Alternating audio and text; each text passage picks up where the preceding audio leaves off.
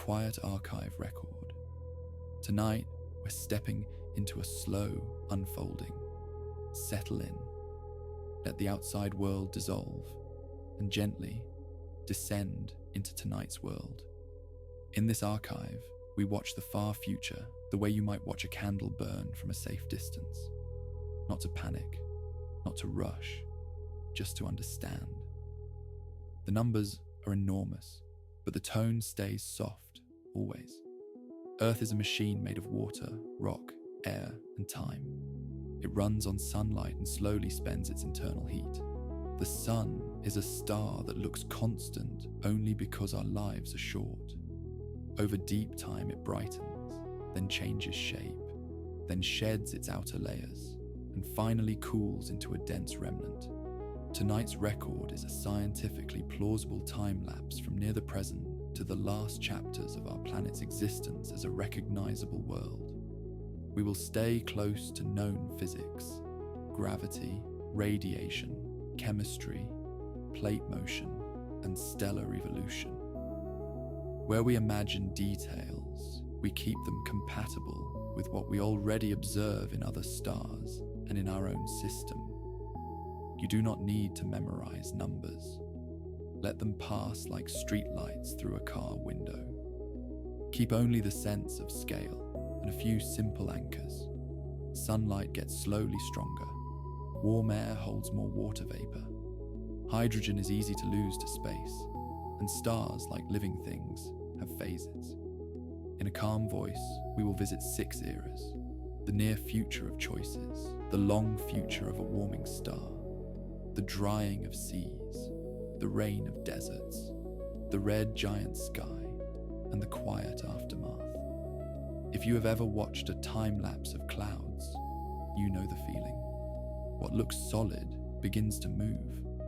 What looks permanent becomes a pattern. This story uses that same trick on the entire planet. We compress the slow into something you can hold, and we do it with care. We do not treat the future like a horror scene. We treat it like weather on a longer map, because that is what it is. The weather of stars, the climate of orbits, the erosion of worlds. So breathe slowly. Let the distances widen. Let the times stretch out until they no longer feel like deadlines. This is the End of Earth Time-Lapse. Chapter 1. The Present Clockwork. Begin with something ordinary, a patch of sunlight on the floor. That light looks immediate, but it is the end of a slow journey. In the sun's core, gravity squeezes matter until it becomes a plasma, atoms stripped into a soup of nuclei and electrons. There, hydrogen nuclei fuse, not like a flame. A flame is chemistry, rearranging electrons and releasing a small amount of energy. The sun is nuclear, changing the identity of atoms and releasing a huge amount of energy per mass. The dominant process in stars like the sun is the proton-proton chain. In the simplest summary, 4 hydrogen nuclei become 1 helium nucleus. A tiny amount of mass disappears, and the missing mass becomes energy. E equals mc squared. Even a small m multiplied by c squared becomes a lot of energy. But that energy does not rush out. Inside the sun, photons are constantly scattered. They take a random walk outward, being absorbed and re-emitted so many times that the trip can take tens of thousands to hundreds of thousands of years. Only at the sun's surface does the energy finally escape as visible light and other wavelengths. So when sunlight reaches your room, part of it began as a fusion event before human civilization existed. Now picture Earth catching a small portion of that flood. Earth is a heat engine. It absorbs sunlight mainly in the visible and near-infrared. It emits heat as infrared. The balance between incoming and outgoing sets the average temperature. The atmosphere matters because some gases are transparent to incoming sunlight, but absorb outgoing infrared, slowing the escape of heat. A simple physics fact. The greenhouse effect is a property of molecules. CO2, methane, and water vapor have vibrational modes that interact with infrared light. Nitrogen and oxygen, as symmetric molecules, are mostly transparent in the infrared. That is why adding small amounts of greenhouse gases can change temperature. The Earth also has a thermostat over long time. Volcanoes emit CO2. Rainwater and carbonic acid weather silicate rocks, consuming CO2 and forming bicarbonate that ends up as carbonate minerals in the ocean, then in sediments. Over millions of years, this can stabilize climate, but it is slow. It does not protect a civilization from century-scale changes. On the present time scale, the atmosphere responds to rapid additions of greenhouse gases, and the oceans respond by absorbing heat and CO2. The ocean is not just scenery. It is heat storage. Water has a high specific heat, meaning it takes a lot of energy to change its temperature. This is why coastal climates are milder. It is also why the planet can hide warming in the ocean for a while, then reveal it later. In the next decades and centuries, many futures are possible. The physics does not pick politics, but it does set boundaries. If greenhouse gases remain high, average temperatures rise, ice melts, sea level rises. The water cycle intensifies, evaporation increases, and when rain happens, it can be heavier because warm air can hold more water vapor. If greenhouse gases are reduced, warming slows, but it does not reverse quickly. CO2 is long-lived. The climate system has inertia, so this chapter records a near future that is not the end of the world, but a reshaping. Coastlines move, floodplains widen, some regions become drier, some wetter. Heat extremes become common enough that they become part of architecture and daily schedule. Life adapts where it can. One more simple fact: evaporation cools because it carries away latent heat. That is why sweating works. It is also why a wet cloth cools you as it dries. In hot climates, shade and airflow become physics-based medicine.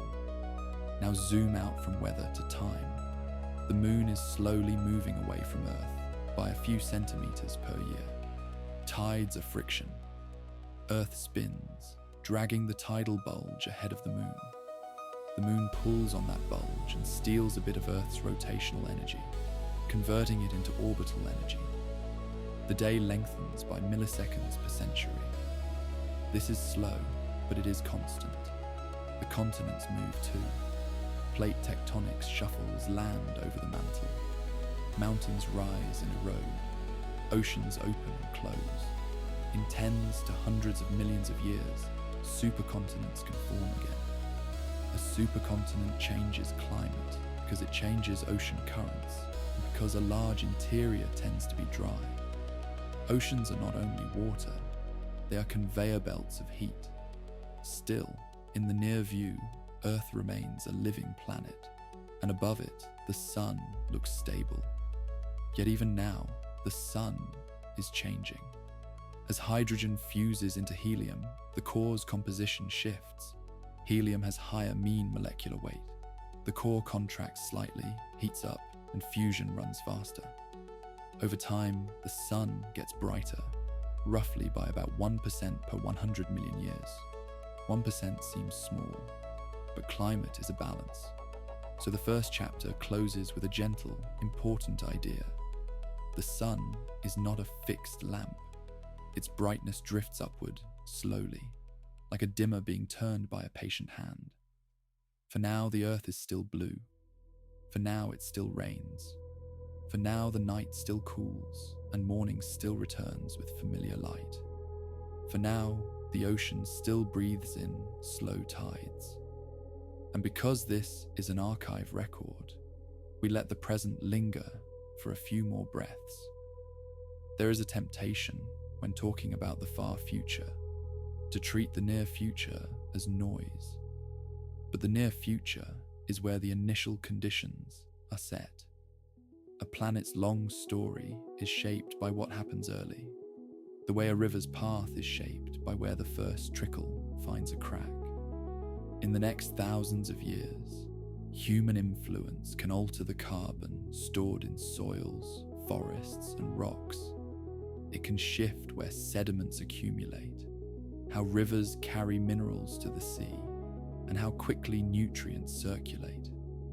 These things matter because they affect the long-term carbon and oxygen budgets. Even if humanity disappears, the chemical signature of industry can linger in sediments, isotopes, plastics turned into rock, unusual metal concentrations. The archive does not judge. It simply notes that geology records everything. Now, a few gentle physics anchors for this era. First anchor, albedo. Albedo is reflectivity. Ice and clouds reflect sunlight well. Dark ocean and forest absorb it. If ice shrinks, albedo decreases. More sunlight is absorbed, and warming increases. This is a classic feedback.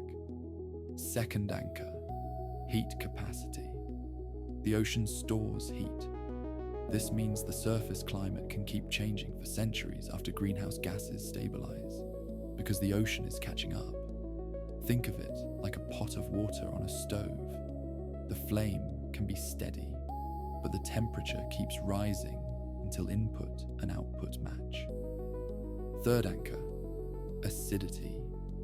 When CO2 dissolves in seawater, it forms carbonic acid and shifts the balance of carbonate chemistry. This makes it harder for many organisms to build shells and skeletons from calcium carbonate.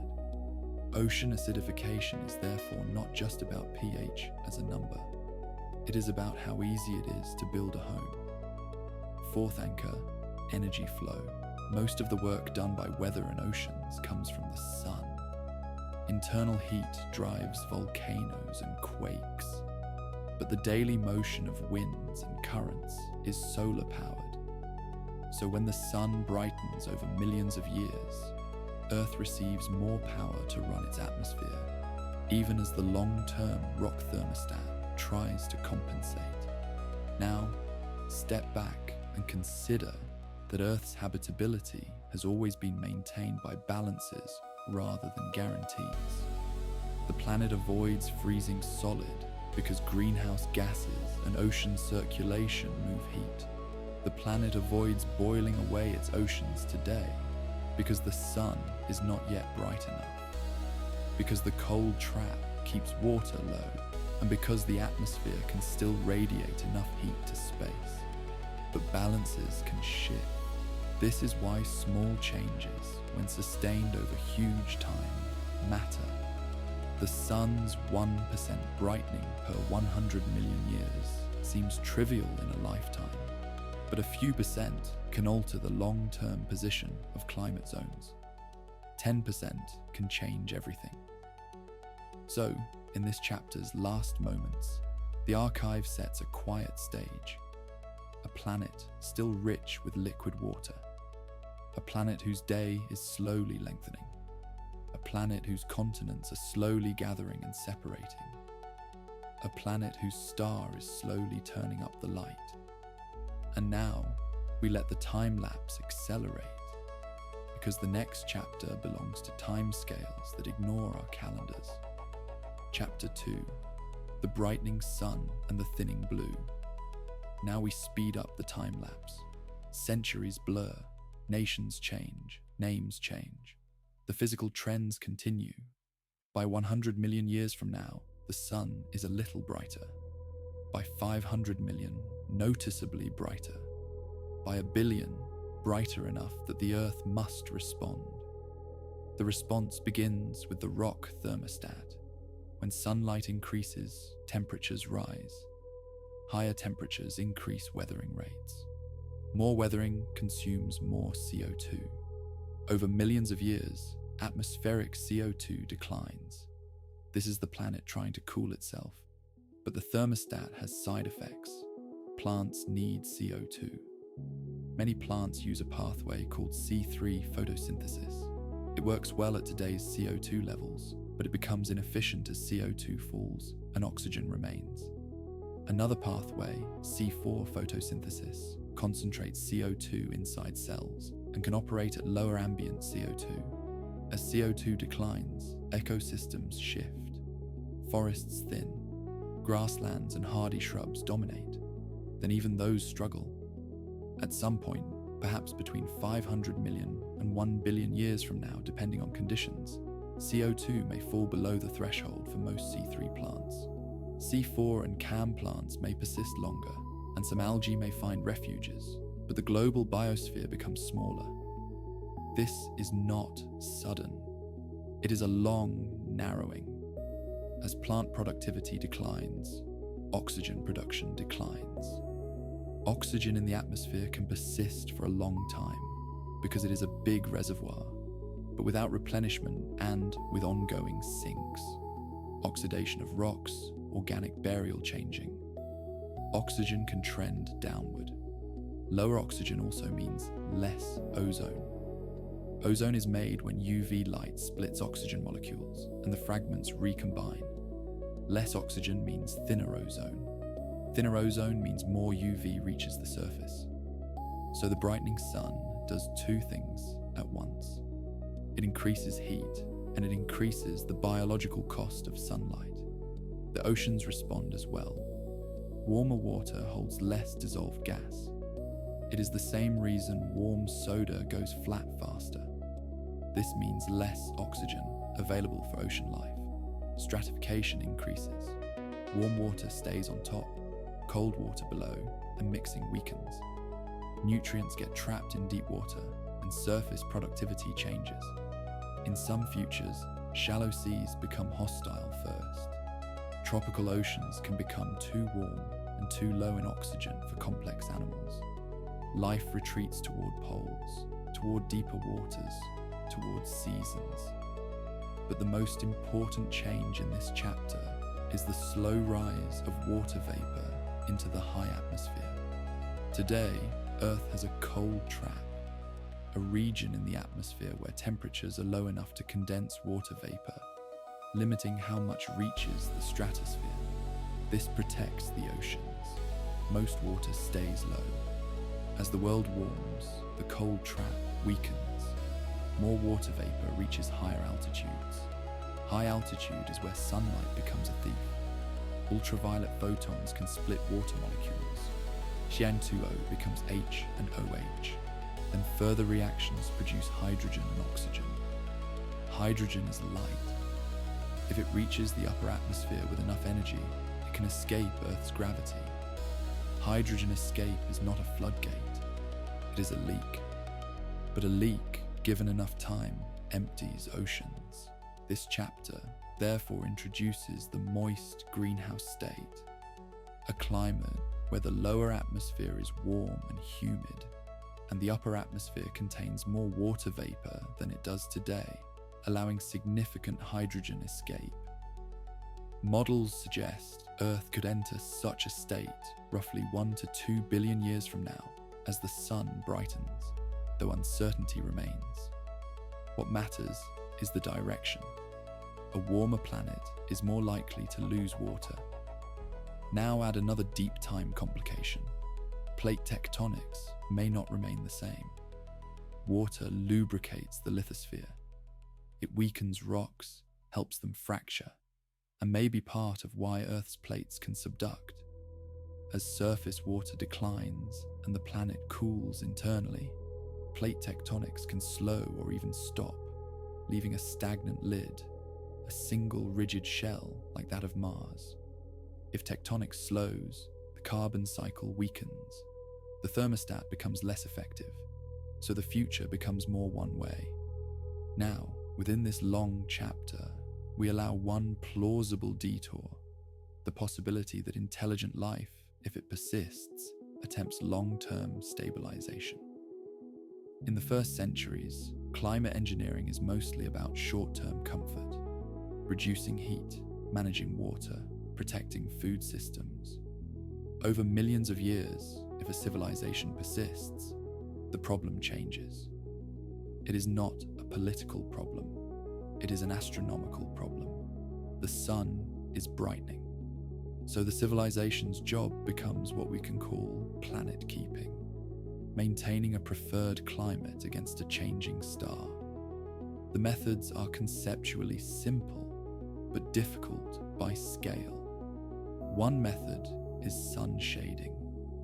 Between Earth and the Sun, there are gravitational balance regions, including a point called L1. An object placed near L1 can remain roughly aligned between Earth and the Sun, with active station keeping. A shade, or better, a swarm of many small reflectors, could reduce incoming sunlight by a small fraction. A small fraction matters. Another method is orbital adjustment. Sunlight intensity falls with distance squared. Double your distance from a light, and the brightness drops to 1/4. So moving a planet slightly outward can reduce sunlight meaningfully. In principle, repeated gravitational assists using asteroids or controlled flybys could slowly transfer angular momentum to Earth's orbit, nudging it outward over millions of years. Another method is atmospheric tuning, adjusting greenhouse gases and aerosols. This can work as fine control, but it becomes risky when ecosystems are thin and when water is scarce. These interventions are not guaranteed. They require continuity on timescales longer than most civilizations, but they are not forbidden by physics. So the archive notes them as a possibility, like a footnote in the margin. And then it returns to the default trajectory, because stellar evolution is persistent. Even with intervention, the sun will continue to brighten, and the parameters will keep drifting. The blue of Earth begins to thin. Not because the sky changes color all at once, but because the oceans slowly begin to lose their long-term security. And all the while, the sun quietly brightens. Before we move into the era of disappearing seas, the archive adds a few more easy physics notes about the long habitability problem, because it can feel abstract. Note 1. Equilibrium temperature. A planet's average temperature, in the simplest approximation, is set by the balance between absorbed sunlight and emitted infrared. Absorbed sunlight depends on the star's brightness, the planet's distance, and its albedo. Emitted infrared depends on temperature and the greenhouse effect. If the star brightens, the planet must either reflect more sunlight, emit more infrared, or warm until it can emit enough. There is no other option. Note 2. The Stefan Boltzmann rule.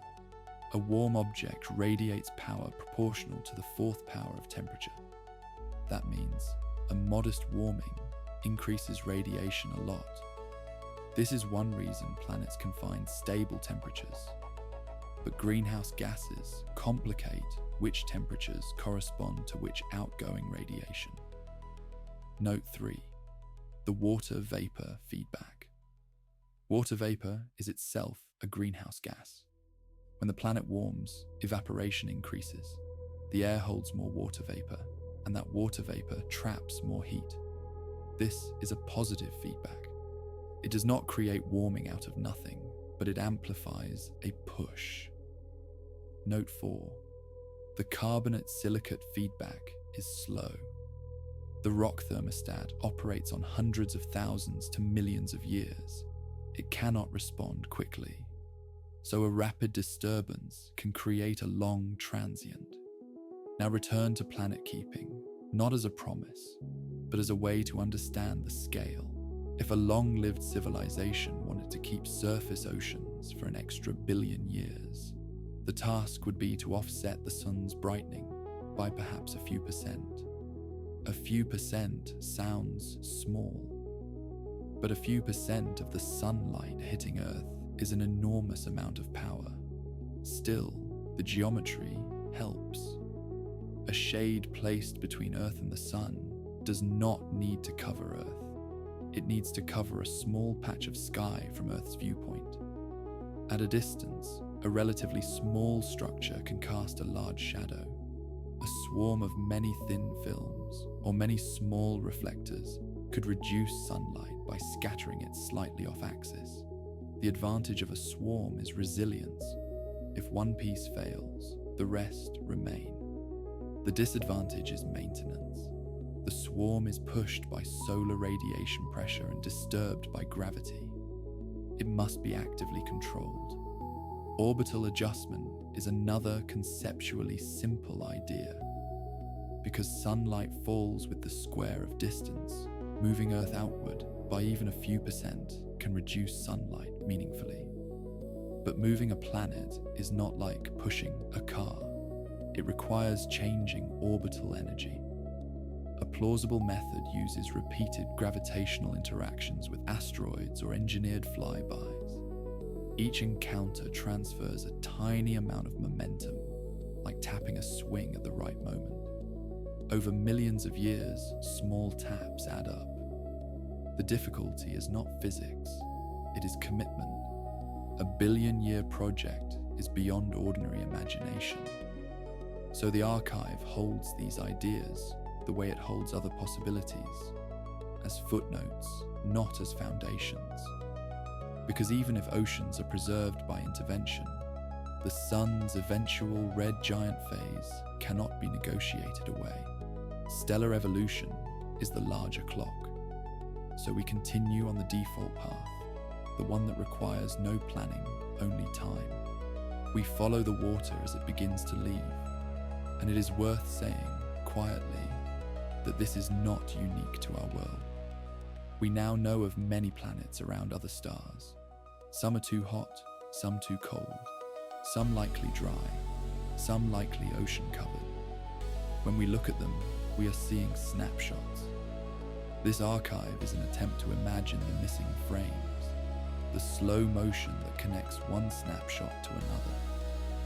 So as the ocean recedes here, you can also hear a general rule. Habitability is a temporary arrangement between a star and a planet. Temporary can still mean billions of years. Temporary can still be breathtaking, but it is still an arrangement.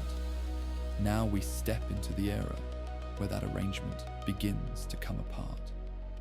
Chapter 3. The Last Ocean, the Last Rain. In this chapter, water becomes the main plot. Water is the great buffer. It stores heat. It makes clouds. It moderates temperature swings. It dissolves CO2. It lubricates plates. It supports the chemistry of life. So when water begins to leave the surface for good, many systems change together. At first, the loss is quiet. The moist greenhouse increases water vapor in the upper atmosphere. UV light splits it. Hydrogen escapes. Imagine an average loss that seems tiny, a small fraction of an ocean per million years. But the time scale is immense. As water declines, the ocean shrinks. Shallow seas vanish. Coasts retreat in reverse. Marine shelves, once bright and productive, become salt plains. As water evaporates, salt remains. Salt becomes a dominant surface feature. White pans, crusts, thick evaporate deposits. The ocean that remains becomes saltier. Saltier water has a slightly different freezing point and density behavior. An extreme salinity can limit life. Some microbes love brine, but complex ecosystems do not. Clouds change too. With less ocean surface area, evaporation drops. With less evaporation, there is less cloud formation. With fewer clouds, more sunlight reaches the ground. That warms the surface more. More warming increases water vapor again. This is a feedback. Now slow down and imagine what the last ocean might feel like in its final long age.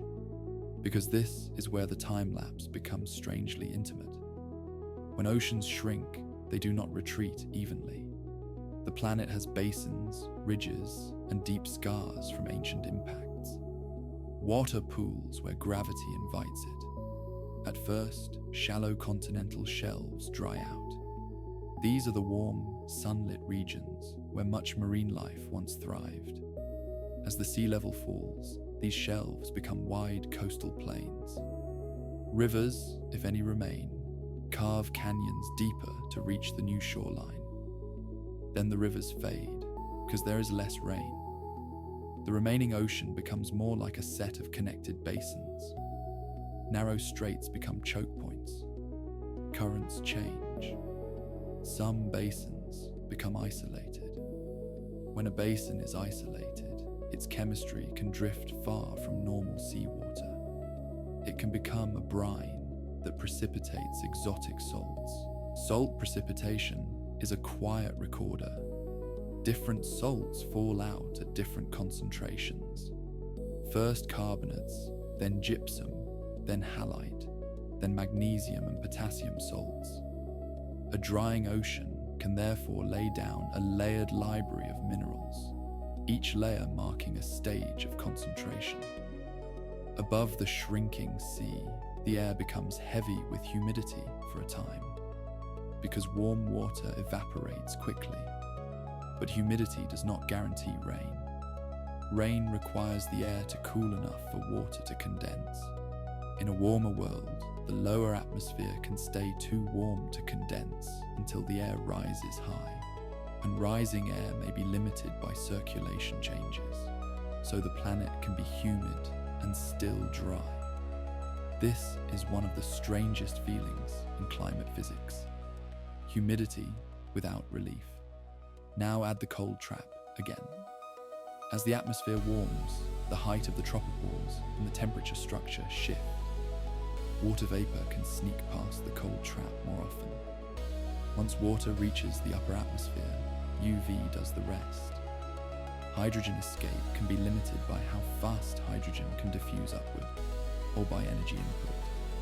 Either way, the rate can increase as the upper atmosphere becomes wetter. This is why a moist greenhouse is not only about surface heat, it is about atmospheric structure. Clouds complicate everything. Clouds can cool by reflecting sunlight. They can warm by trapping infrared. High, thin clouds often warm. Low, thick clouds often cool. As oceans shrink and circulation changes, cloud patterns shift. Some models show that certain cloud feedbacks can delay or accelerate thresholds, so the archive keeps its language careful, plausible, not precise. Still, the trend is strong. Over enough time, the ocean does not win, because the sun keeps turning up the light. At some point, the system can cross into a runaway greenhouse. A runaway greenhouse is a radiative limit. As water vapor increases, the atmosphere becomes opaque to outgoing infrared in the wavelengths where it matters most. The planet cannot radiate heat away efficiently, so temperature rises, causing more water vapor, causing more opacity. When this happens, the surface temperature climbs until the oceans evaporate into the sky. It is important to say this gently. It is not an explosion. It is a phase change. An ocean becomes an atmosphere. For a time, Earth becomes a steam world. The sky is bright and hazy. Thick water clouds reflect sunlight, but the greenhouse effect still dominates. The surface, hidden beneath clouds, is extremely hot. High above, UV continues to split water. Hydrogen escapes. Oxygen remains. What happens to oxygen? Some of it reacts with surface rocks, oxidizing them. Iron-bearing minerals rust. Basalts change chemistry. The planet's crust is slowly rewritten. Some oxygen can also escape, but oxygen is heavier than hydrogen and is more easily held by gravity. Still, energetic processes and the solar wind can remove some fraction over time. In the thick steam era, lightning can be frequent. Charge separation in clouds can create enormous electric storms, not because the planet is alive, but because convection is intense. The lightning creates nitrogen oxides if nitrogen is present, and these can fall as acids. Chemistry becomes aggressive, but rain, in the familiar sense, becomes strange. Water can condense and fall, but it falls into heat and re-evaporates. The lower atmosphere can be so hot that droplets vanish before reaching the ground. So the planet can have clouds and lightning and still have no stable surface water. As hydrogen escape continues, the total water inventory declines. Eventually, the steam atmosphere thins because there is less water left to be steam. Then the planet enters a new kind of dryness. The surface is hot. The air is dominated by CO2 and nitrogen, with traces of water vapor. Without oceans to dissolve CO2, CO2 can become abundant. Carbonates baked by heat release CO2. Without water to form sediments, the carbon reservoir is mostly atmospheric and lithospheric. The last surface water, if any remains, is not a global ocean. It is scattered. It may hide in deep basins where pressure raises the boiling point. It may hide under salts where brine has lower vapor pressure. It may hide as ice in the darkest shadows near the poles, if geometry and atmospheric conditions allow cold traps. It may hide underground. Subsurface water can persist long after the surface dries. Pressure raises boiling points. Geothermal heat keeps deep zones above freezing. Porous rocks can store brines, so the last life, if it exists, retreats downward. It becomes microbial. It lives where water meets chemistry. One plausible refuge is hydrothermal systems, places where warm rock meets water, producing chemical gradients. On Earth today, life thrives around such vents. In the far future, even if tectonics slows, some heat still leaks out. Fractures still exist. Water can still circulate locally, but the refugees become rarer. Over millions of years, geothermal gradients weaken. The planet cools internally. The available chemical energy declines. And above ground, the surface becomes a desert of minerals. Wind scours it. Thermal cracking breaks boulders into sand. Without plants, there is nothing to hold soil. Dust storms become common. Sometimes volcanoes, if they still occur, inject gases and perhaps a little water into the air. For a brief time, thin clouds can form. Maybe a storm happens. Maybe acidic rain touches the ground for the first time in a million years. Then it ends. The last rain is not witnessed. It falls on stone. It hisses, evaporates. It becomes vapor again. From orbit, the Earth is no longer blue. The water that once made it shine is gone from the surface, and the sun, still on the main sequence for now, continues to brighten. The archive adds a longer look at the chemistry of a drying world, because this is where many people lose the thread. If oceans vanish, what exactly is left? A lot is left. Water does not only exist as oceans, it can be locked in minerals. Clays hold water between layers. Hydrated salts hold water in their crystal structure. Deeper, in the mantle, certain minerals can hold hydroxyl groups. This is not water sloshing in a cave. It is water bound into rock. When a planet heats, some of that bound water can be released. But without a stable surface cycle, released water tends to be temporary.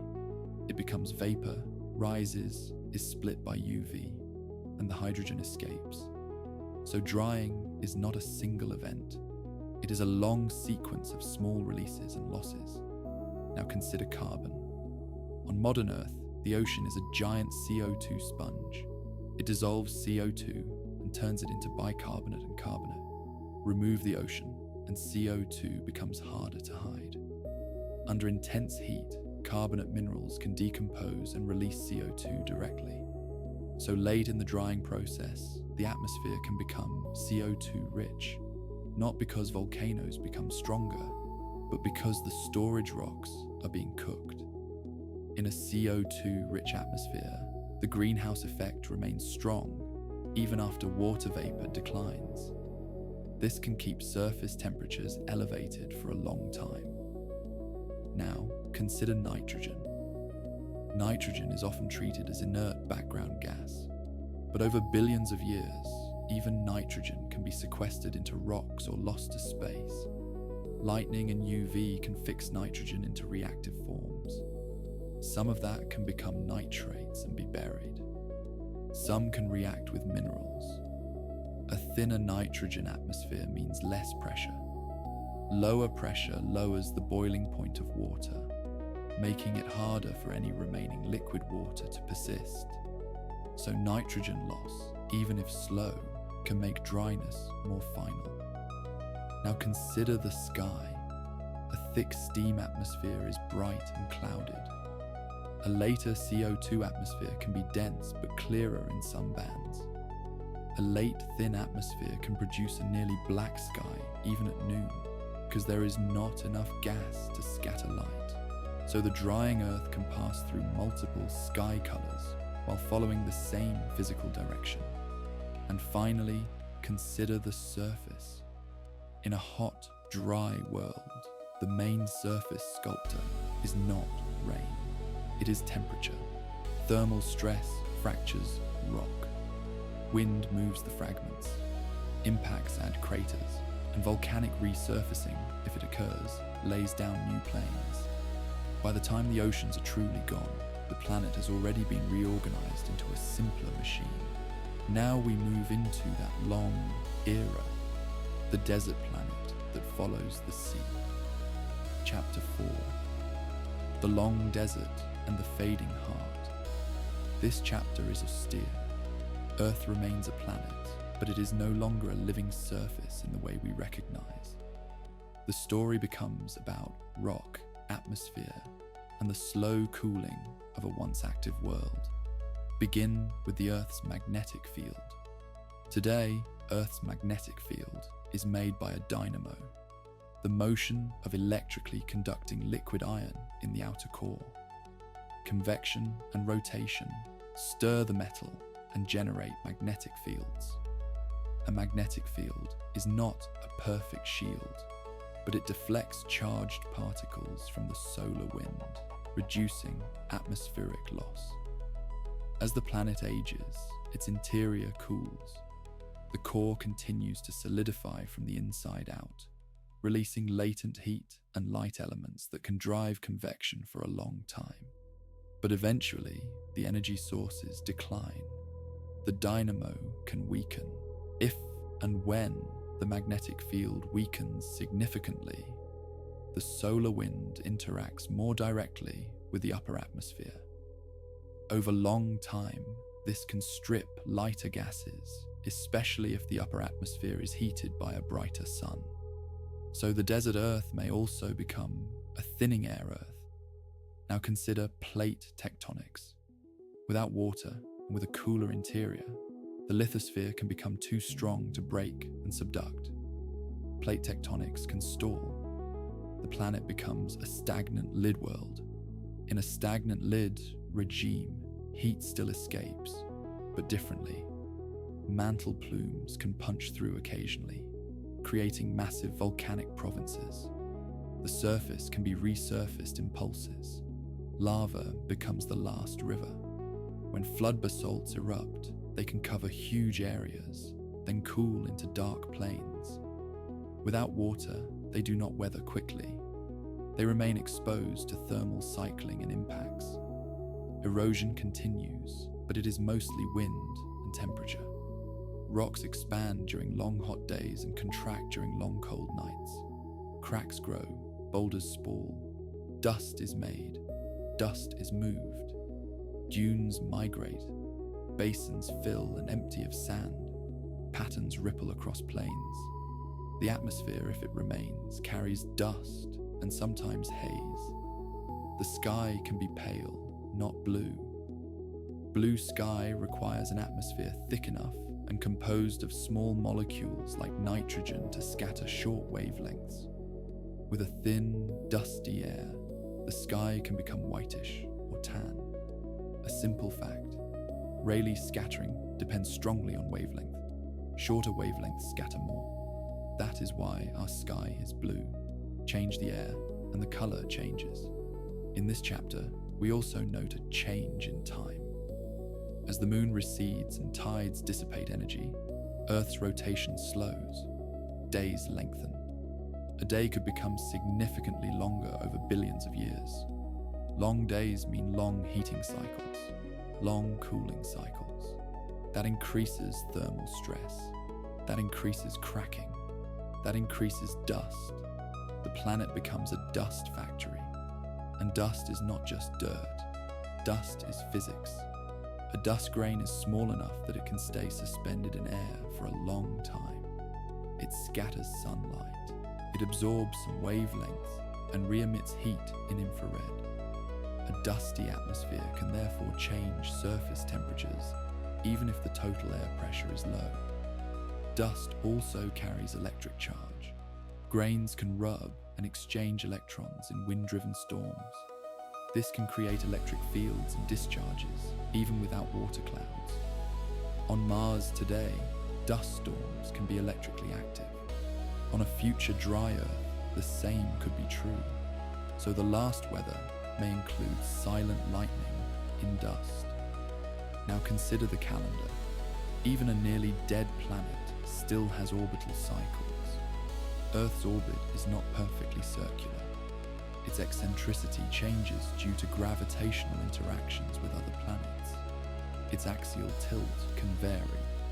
The direction of its tilt precesses like a spinning top. On modern Earth, these Milankovitch cycles help pace ice ages by changing how sunlight is distributed across seasons and latitudes. On a dry Earth, there may be no ice sheets to respond, but the cycles still change where sunlight concentrates, which can move the hottest and coldest regions around. If there is still a small atmosphere, circulation patterns can shift as rotation slows. A slow rotating world tends to have fewer, larger circulation cells, with strong day-night differences if rotation becomes very slow. If rotation becomes extremely slow and the planet becomes tidally influenced by the sun, the climate can become dominated by a permanent dayside and nightside. On an airless world, this would create a scorching day hemisphere and a freezing night hemisphere. With a modest atmosphere, winds can carry some heat, but the contrast remains large. This contrast matters because it affects where any remaining volatiles can hide. If there is any leftover water ice in deep shadows, or any CO2 frost, or any sulfur compounds, they will migrate to cold traps. Cold traps are geometry plus thermodynamics. They are places where sunlight rarely reaches and where radiative cooling can keep temperatures low. In a world with little air, cold traps can preserve ice for very long time. So the archive imagines small, stubborn pockets of ice hiding in shadowed craters, like secret pages in a burned book. Now go deeper. The mantle continues to cool. The Earth's internal heat comes from three sources: leftover heat from formation, heat from core solidification, and heat from radioactive decay. Leftover heat fades steadily. Core solidification can provide heat and compositional buoyancy for a long time, but it is not infinite. Radioactive decay declines as isotopes are used up. So the heat flow at the surface declines. When heat flow declines, volcanism becomes less frequent. When volcanism becomes less frequent, the atmosphere loses its main source of renewal. So the atmosphere, if any remains, becomes a shrinking reservoir. If the magnetic field weakens, atmospheric loss can accelerate. Solar wind particles can sputter atoms away. UV can heat the upper atmosphere and drive escape. None of this is fast, but the direction is persistent. Now consider impacts again. A planet without thick air does not burn meteoroids into harmless streaks. More objects reach the ground. Small impacts become more common on the surface. Each impact turns rock into melt and vapor locally. Each impact spreads ejecta.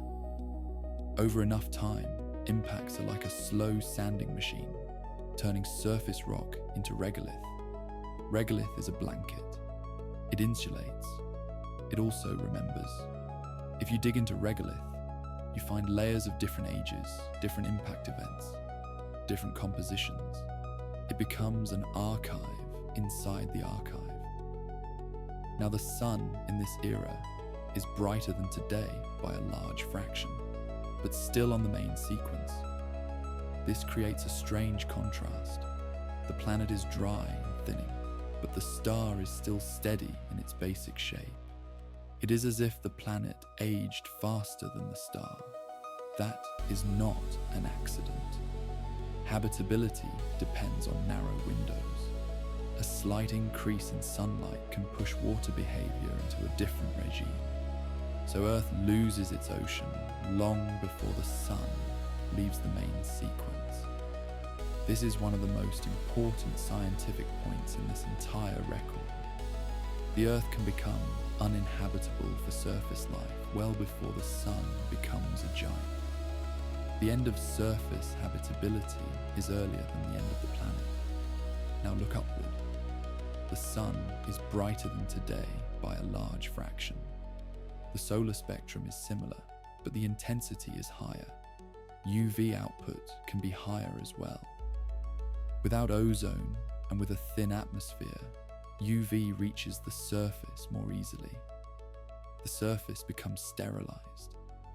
Any remaining life is deep, protected by rock. If any intelligent observers remain, they live in engineered habitats, underground cities, sealed domes, perhaps orbital habitats. In an environment with intense surface UV and heat, rock becomes the simplest shelter. A few meters of stone blocks, radiation, and smooths temperature. But this chapter is not mainly about survival. It is about a planet becoming quiet. The internal heat fades. Radioactive isotopes decay. Volcanism becomes less frequent. Quakes become rarer. The crust becomes older. The landscape becomes dominated by impacts, because impacts are one of the few processes that remain active on an airless or near-airless world. And in the distance, the sun's life approaches a turning point. The sun will spend roughly about 10 billion years on the main sequence. It is already about 4.6 billion years old. That leaves on the order of 5 billion years before core hydrogen is mostly exhausted. As that time approaches, the sun's evolution accelerates. The core becomes helium-rich. Hydrogen fusion shifts toward a shell around the core. The core contracts and heats. The outer layers begin to expand, and the Earth, already dry and stripped, waits under a brightening star. Waiting on planetary time is still activity. Even without oceans, the Earth continues to change. The mantle still convex, though more slowly. Heat still rises in plumes. The crust still cracks under stress. The planet still rings with occasional quakes. If the magnetic field weakens, the solar wind interacts more directly with the upper atmosphere. This can strip atoms, especially during periods of high solar activity. At the same time, the sun's spectrum changes slightly as luminosity increases. The balance of UV and visible shifts. Photochemistry in the upper atmosphere changes. If there are trace gases, their lifetimes change. Now add the slow chaos of planetary orbits. Over billions of years, the gravitational interactions among planets can lead to changes in eccentricity and tilt. Earth's axial tilt could wander. Its seasons could become more extreme or more muted. Its orbit could become slightly more elliptical. These changes matter less once there is no ocean. because there is no ice albedo cycle to amplify them. But they still change where heat falls, where cold traps could exist, and how the remaining atmosphere, if any, circulates. If Earth becomes a nearly airless world, the day-night temperature contrast becomes huge. The subsolar point becomes a hotspot. The night side becomes deeply cold. Rocks expand and contract daily, accelerating cracking. In the archive, this era is described as a planet that is being sanded down. Sand is one of the last active materials. It moves, it shifts, it records wind direction like a frozen wave pattern. Over hundreds of millions of years, dunes can travel across entire basins. They can bury craters and then reveal them again. They can create repeating stripes that look, from orbit, like the fingerprints of the atmosphere. And yet, under all of that, the Earth's internal clock continues toward cooling.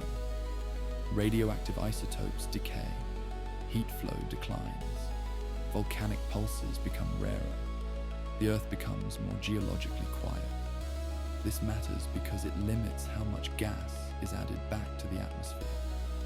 With less volcanism, the atmosphere becomes a reservoir that can only shrink, not be renewed. So the air thins, the sky darkens, the planet becomes more like a bare rock.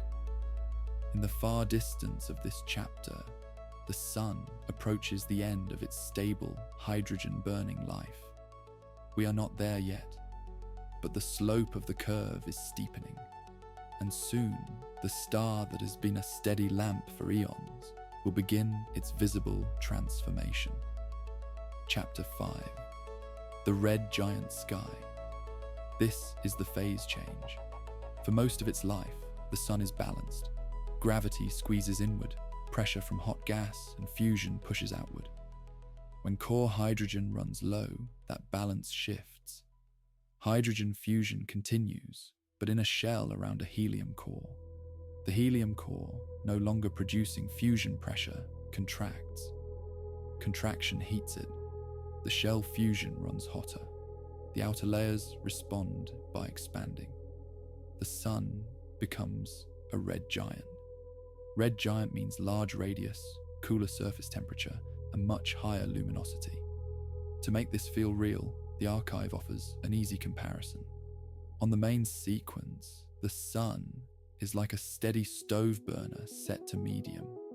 Over billions of years, it creeps warmer, but it remains the same kind of flame. In the red giant phase, the sun becomes a different appliance entirely. A huge, gently simmering furnace with an expanded outer envelope. The surface temperature of a red giant is lower than the sun's surface temperature today, which is why the light is redder. But the total light output is far higher, because the surface area is enormous. A larger area radiating at a somewhat lower temperature can still produce much more total power. This is another easy physics fact. Luminosity depends on surface area times the fourth power of temperature. Area grows with radius squared. A radius increase can dominate. So the sky, for any surviving planet, becomes bright in a new way. The sunlight is warmer in color, but the heat is stronger. The sun also becomes physically extended. Its outer atmosphere can reach far into space. It is no longer a compact ball of plasma with a sharp edge.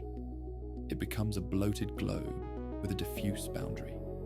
This matters for engulfment. A planet does not have to touch the visible surface to feel drag. If it enters the extended outer atmosphere, it can lose orbital energy. In that gas, a planet plows through material. Friction heats it. Its orbit decays. The process can be fast on astronomical timescales. So the question of Earth's survival is not only, is the sun's radius big enough? It is also, is the sun's atmosphere thick enough where Earth passes? And how strong are tidal interactions? And how much mass does the sun lose and how quickly.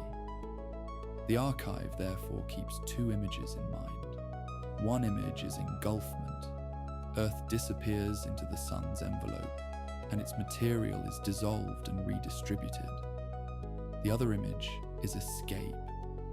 Earth moves outward as the sun loses mass, staying just outside the reach of the swollen atmosphere, but still being cooked into a molten remnant. In both images, the Earth as an ocean world is already long gone. So this chapter is not about saving coastlines. It is about a star changing its body, and it is about a planet reaching the end of what a rocky world can remain while still being itself. Imagine the sun swelling in the sky over millions of years. In a day-to-day sense, it is imperceptible. In time-lapse, it is like a flower opening. As the sun expands, it also loses mass through strong stellar winds. Its outer atmosphere becomes loosely bound and is blown away. Mass loss matters because gravity sets orbits. If the sun loses mass slowly compared to a planet's orbital period, the planet's orbit expands. The planet moves outward. This sounds like a rescue, but tides pull the other way. A giant star has an extended envelope. A planet orbiting close enough can raise tides in that envelope. Dissipation of tidal energy can cause the planet's orbit to decay inward. So there are two competing effects. Mass loss pushes planets outward. Tides can drag them inward. For Earth, models differ. Some suggest Earth may be engulfed. Some suggest it might narrowly escape direct engulfment, but still be heated far beyond anything we can imagine. In either branch, the Earth as a familiar planet ends. Long before any possible engulfment, the red giant sun becomes so luminous that any remaining rock surface begins to melt. If Earth still exists as a solid world at the start of this phase, it does not stay solid. The crust softens, basalts melt, silicates can vaporize at extreme temperatures. The atmosphere, if any, becomes rock vapor. Sodium, potassium, silicon monoxide, oxygen, and other species from heated minerals. The sky, if you could call it a sky, glows. The ground becomes a magma sea in places. Mountains slump, crustal features erase. If Earth is engulfed by the expanding sun, the story is shorter and more intimate. The planet enters the sun's envelope. Drag forces pull it inward. Orbital energy is converted to heat in the envelope. The planet is stripped, broken, and absorbed. If Earth escapes engulfment, it orbits farther out, but under a star that can be hundreds to thousands of times more luminous, near the tip of the red giant branch.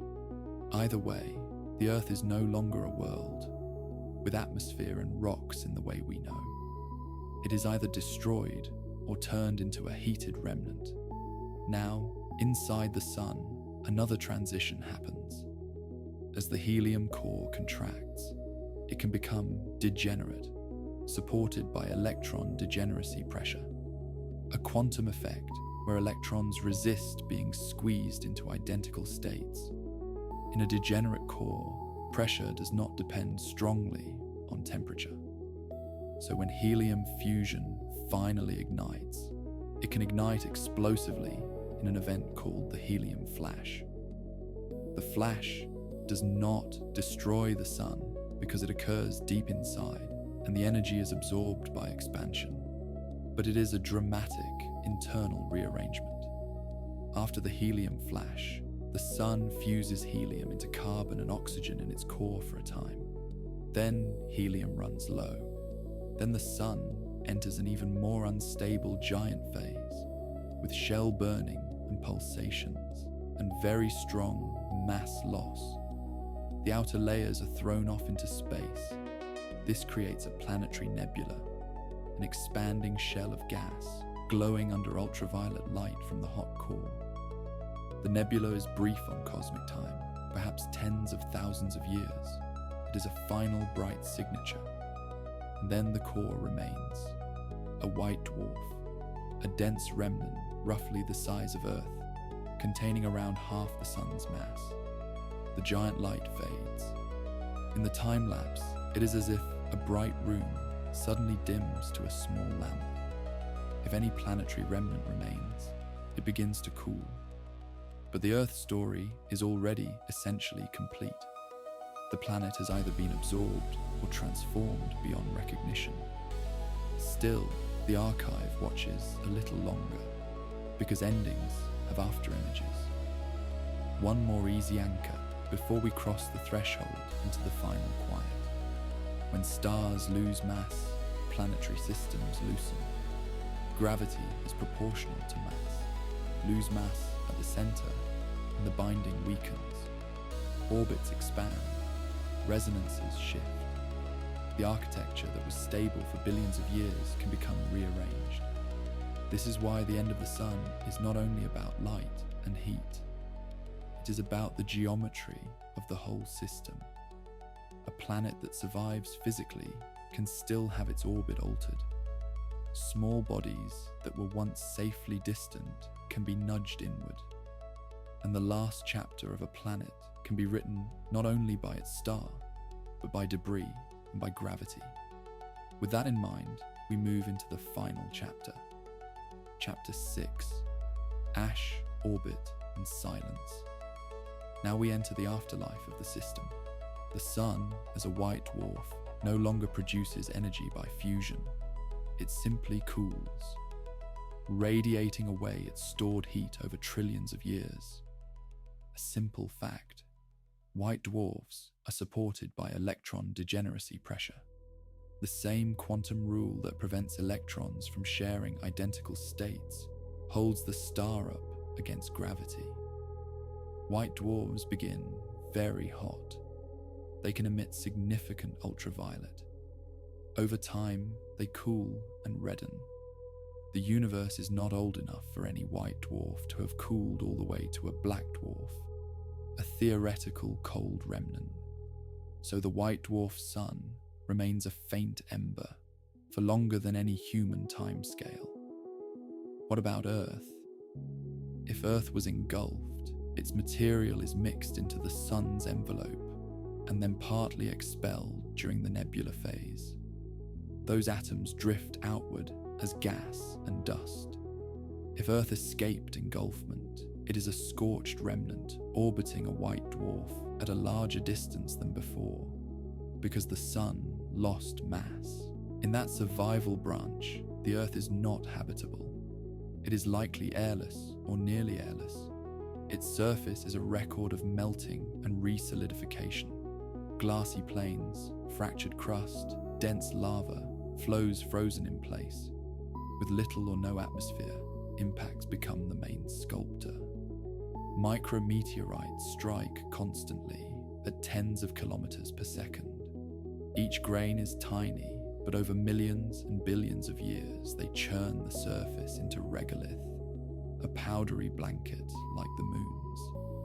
Radiation also weathers the surface. Charged particles and UV can darken minerals and alter their crystal structure. The temperature swings between day and night become sharp, without air to move heat. Sunlit areas warm. Shadowed areas radiate heat to space and cool. But the white dwarf is much dimmer than the sun once was. Over time, the illumination fades further. If the Earth remnant is far enough, it becomes cold. In the absence of sunlight, a planet cools toward the cosmic background. The universe has a faint temperature, the cosmic microwave background, about 2.7 Kelvin today. As the universe expands, that background cools even more. So even darkness has a direction. Internal heat sources are small now. Radioactive decay is diminished. Residual heat from the red giant heating is slowly lost. Tidal heating is likely minor. The remnant Earth becomes thermally quiet. Now widen the view beyond one planet. When the sun loses mass, the orbits of the remaining planets expand and the system's resonances shift. long-term gravitational interactions can become more chaotic.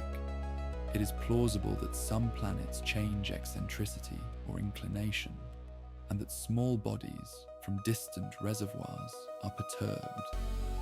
Over billions of years, passing stars can also disturb the distant comet cloud, sending occasional comets inward.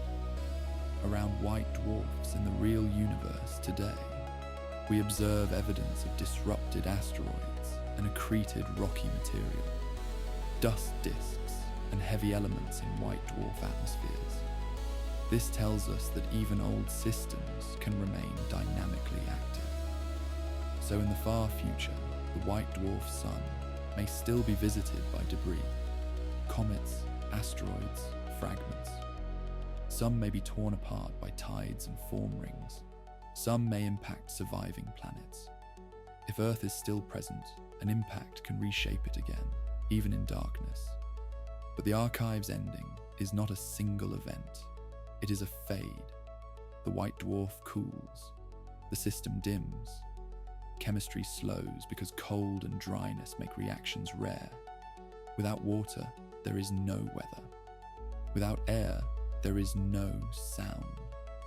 Without biology, there is no growth. If any artifacts remain, they are eventually pulverized by impacts or buried under regolith. Nothing unmaintained survives forever, not because the universe is cruel, but because time has endless chances to break things. There is one last possibility, the archive notes: ejection. On very long timescales, chaotic interactions can fling a planet outward, turning it into a rogue world drifting between stars. If the remnant Earth is ejected, it becomes even colder and quieter, illuminated only by distant starlight. In that case, Earth does not end by being destroyed.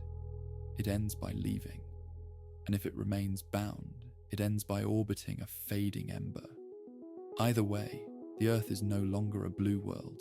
It is rock, it is ash, it is matter redistributed. A quiet chemical truth remains. Matter does not vanish. It changes form and location. The oxygen and silicon of old continents can become dust grains. The iron of old cores can become part of some other body's interior. Over time, the expelled gas from the sun mixes into interstellar space. Later, some of it may become part of new stars and planets. So the end of Earth is not the end of Earth atoms. It is the end of a particular arrangement. Ocean on rock under a steady sun. Tonight, in the quiet archive, we hold that arrangement gently for a moment. Then we let it go. But letting go does not mean forgetting. So the archive offers one final slow scan across the deepest times. Imagine standing on the remnant Earth, if it remains, long after the giant phases. The sky is mostly black, even at noon, if the atmosphere is gone. The sun is no longer a disk you can stare at through eyelids. It is a bright point, like a star, because the white dwarf is about Earth-sized and very far away. It can still be bright, but it does not fill the sky. Shadows are sharp. If you step into shade, the temperature drops quickly, because there is no air to hold heat. If you step into sunlight, the surface warms, but the warmth does not travel far into the ground. It is a thin skin of heat. This is a world of surfaces. A few centimeters down, temperatures are steadier. A few meters down, the world is almost unchanged by day and night. This is why underground is the last natural shelter on almost any hostile planet. Rock is a slow clock. Now look at the white dwarf itself. As it cools, it can crystallize from the inside out. The ions in its dense interior can settle into a lattice, releasing latent heat of crystallization. This slows cooling for a time. It is a strange echo of freezing water, but happening in a star. So even a dead star has phases, and the surrounding system keeps rearranging. In the distant comet cloud, objects are barely held. A passing star, far away by human standards, can still change their orbits. Some comets are sent inward, some are sent outward. The cloud is stirred. When a comet approaches a white dwarf, it can be torn apart by tidal forces if it passes close. The fragments become dust. The dust can form a disk. The disk can slowly spiral inward and be accreted. This is not speculation from nothing. We observe white dwarfs with heavy elements in their atmospheres, elements that should sink quickly in such strong gravity. Their presence means the white dwarf is currently accreting rocky material. So in the far future, the white dwarf sun may wear a thin, temporary ring of dust made from the remains of its own planetary system. That dust can scatter light. It can glow in infrared. It can be a faint halo around a tiny star. If Earth remains, it may occasionally be dusted by this inward drift, a light snowfall of cosmic powder. Now, beyond the solar system, the galaxy changes. Stars are born and die. The Milky Way and Andromeda are expected to merge. The night sky, if there were eyes to see it, would become crowded with new arcs and streams of stars. But the remnant Earth does not care. It has no oceans to raise tides from a galactic event. It has no atmosphere to glow under aurora. It is stone. This is the quiet truth of the end. Once the complex cycles are gone, the remaining object becomes simple. A simple object is easy to predict. A rock in orbit around a cooling ember will, in general, do what gravity tells it to do. It will orbit. It will be struck. It will cool. And in enough time, its surface will be ground and churned into fine dust. Even the concept of ground becomes symbolic when there is no air. There is no sound of footsteps. There is only contact, friction, and the slow transfer of heat. If the remnant Earth is ejected and becomes a rogue planet, the story is even quieter. It drifts between stars, lit by occasional distant suns, warmed slightly by rare encounters, otherwise cooling toward the cosmic background. In that deep dark, the Earth becomes a traveling fossil. And still, the atoms persist, because the universe is a recycler. The sun will have shed much of its mass into space. That gas will mix with interstellar clouds. Those clouds will eventually collapse into new stars and planets. In a far future star system, a grain of dust could contain an atom that once sat in a seashell, an atom that once was part of a mountain, an atom that once moved through a leaf. So the end of Earth is not the end of the ingredients. It is the end of a rare recipe, a recipe that required the right star, the right distance, the right amount of water, and a long stretch of stability. And because it is rare, it is worth recording. One last gentle reassurance for the part of the mind that worries when it hears about endings. Nothing in this record happens quickly. Even the dramatic phases of the sun, the swelling into a giant and the shedding of its outer layers, play out over thousands to millions of years. That is fast, only compared to billions. And most of the story is slow enough that, if a mind could watch it, it would look like stillness. A coastline moves a little. A desert expands a little. A day lengthens by a heartbeat. A star brightens by a fraction that no eye can notice. The universe is full of change that is too slow for fear. So this is not meant to make you feel small. It is meant to make you feel unhurried. Now, the record can close. This was a quiet archive story, where the story ends, sleep begins,